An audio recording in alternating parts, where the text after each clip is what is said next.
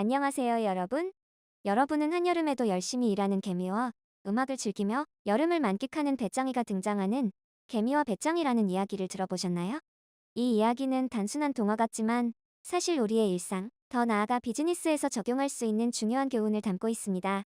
특히 삼성전자와 큐비라는 실제 기업이 바로 이 개미와 배짱이의 이야기에 적용될 수 있습니다.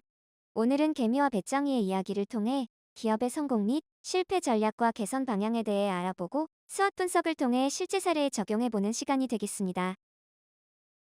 한여름 뜨거운 태양 아래서 작지만 당찬 개미는 열심히 식량을 모으고 있었습니다. 개미는 땀을 뻘뻘 흘리며 바쁘게 움직이고 있습니다. 그런데 어디선가 기타 소리가 들리더니 열심히 일하는 개미의 뒤로 배짱이가 등장합니다. 배짱이는 기타를 튕기며 여유로운 모습입니다. 에이 개미야? 왜 이렇게 땀까지 뻘뻘 흘리면서 열심히 일을 하고 있어? 여름이잖아. 나랑 좀 놀자. 배짱이야, 지금부터 준비해둬야 겨울에 먹을 게 있지. 겨울엔 식량이 부족하니까 지금부터 모아놓아야 한다고. 넌 그렇게 놀기만 하다가 겨울에 뭘 먹으려고? 하하 걱정은. 난 이 음악으로 먹고 살 수 있다고? 겨울은 아직 멀었어. 지금 이 순간을 즐겨야지. 그렇게 여름 내내 배짱이는 기타를 치면서 노래를 부르고 춤을 추며 신나게 놀기만 했습니다. 결국 시간은 흘러 뜨거운 여름은 가고 추운 겨울이 찾아왔습니다. 눈보라가 몰아치고 찬바람이 휘몰아치는 계절이 오자 개미는 여름 내내 땀을 뻘뻘 흘리며 모아둔 식량으로 따뜻한 집에서 포근하고 배불리 지낼 수 있었습니다. 반면 여름에 배짱이가 가지고 놀던 기타는 겨울에는 아무 소용이 없게 되었고 기타를 안고 덜덜 떨며 배고픔을 참아야 했습니다. 결국 배짱이는 개미의 집을 찾아갔습니다. 개미야, 넌 정말 대단해. 내가 정말 큰 실수를 한 것 같아. 나를 좀 도와줄 수 있겠니? 그러자 개미는 문 밖에서 추위에 덜덜 떨고 있는 배짱이를 보며 미소를 지었습니다. 여름 내내 기타만 치면서 신나게 놀더니 이제 와서 후회해봐야 소용이 없지.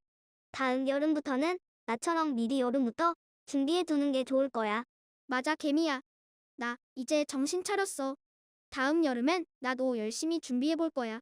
개미는 여유로운 미소를 지으며 배짱이를 따뜻하게 맞이해 주었고 둘은 함께 따뜻한 겨울을 보내게 되었습니다. 그리고 배짱이는 다짐했습니다. 다음 여름엔 기타 대신 삽을 들겠어. 개미와 배짱이의 이야기 어떠셨나요? 이제부터는 이 이야기를 수학 분석을 활용하여 분석해 보려고 합니다. 수학 분석은 기업의 S, 강점, W, 약점, O, 기회, T 위협을 열거하여 효과적인 기업 경영 전략을 수립하기 위한 분석 방법인데요. 개미와 배짱이의 강점과 약점, 그리고 이를 토대로 한 기회와 위협을 알아낼 수 있습니다. 여름에도 친구들과 놀지 않고 겨울을 대비하여 열심히 일한 개미의 강점은 계획성, 성실함, 미래에 대한 대비, 그리고 안정성 등이라고 할 수 있습니다. 반면 약점은 융통성의 부족, 고집으로 인한 변화의 둔감, 타인과의 관계 형성 부족으로 인한 사회성의 결여라고 할 수 있습니다. 이러한 특징을 기반으로 도출한 개미의 기회, 즉 유리한 점은 여유로운 자원관리 지속 가능한 성장, 그리고 다른 개미들과의 협력입니다. 반면 개미의 위협, 즉 불리한 점은 예상치 못한 환경 변화에 대한 대비 부족, 변화하는 상황에 유연하게 대처하는 다른 경쟁자들에 비해 낮은 경쟁력, 그리고 현재의 즐거움을 포기하는 것에 대한 내부 불만의 생성이 되겠습니다.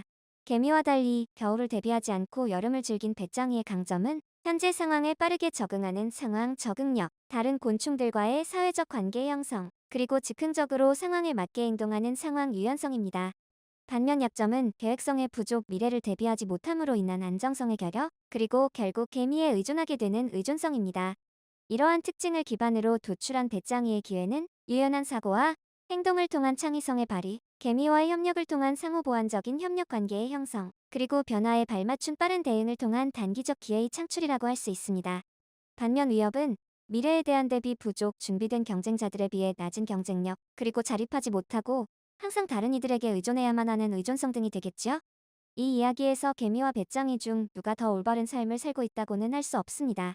다만 이 이야기를 통해 장기적인 계획과 더불어 유연한 사고를 갖추는 것이 중요하다는 교훈을 얻을 수 있습니다. 이 개미와 배짱이의 이야기는 실제 사례에도 적용될 수 있는데요. 삼성전자와 큐비입니다.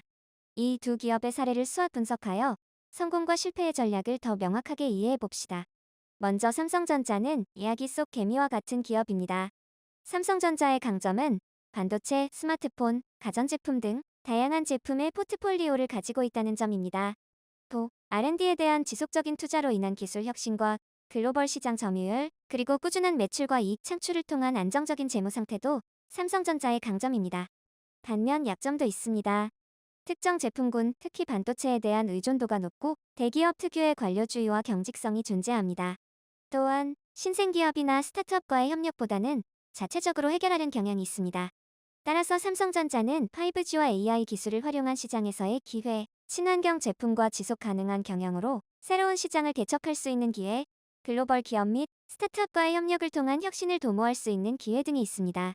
그러나 애플, 화웨이 등 강력한 글로벌 경쟁자들의 존재와 기술 트렌드의 급격한 변화 등 급변하는 시장의 변화에 대응하지 못할 위험, 그리고 무역 분쟁이나 규제의 강화 등 정치적인 리스크가 존재하기도 합니다. 이번에는 퀴비의 사례를 살펴보겠습니다. 포스트 넷플릭스를 겨냥하며 시작한 퀴비는 숏폼 동영상 플랫폼입니다. 10분 이내에 다양한 영상 콘텐츠와 스타 감독 및 배우, 그리고 턴 스타일이나 스마트폰 연동 콘텐츠 등 성공을 위한 모든 요소를 갖추고 있었습니다. 마치 넷플릭스와 틱톡을 합쳐놓은 것 같았죠. 그러나 예상과는 달리 퀴비는 결국 실패했습니다. 퀴비는 이 이야기의 배짱이라고 할 수 있습니다. 퀴비의 강점은 모바일 퍼스트 전략으로 짧고 빠르게 소비할 수 있는 혁신적인 콘텐츠와 할리우드 유명 인사들과의 협업, 그리고 새로운 아이디어를 도입하는 데에 유연한 접근 방식을 가지고 있던 것이었습니다. 그러나 장기적인 전략이나 소비자 분석 등 계획성이 부족하였고, 초기 투자금에만 의존하며 고정된 수익 모델을 찾지 못하였고, 유명 인사와의 협업에만 지나치게 의존했으며 콘텐츠의 질보다는 화려한 이름들에만 의존하였다는 약점이 있었습니다.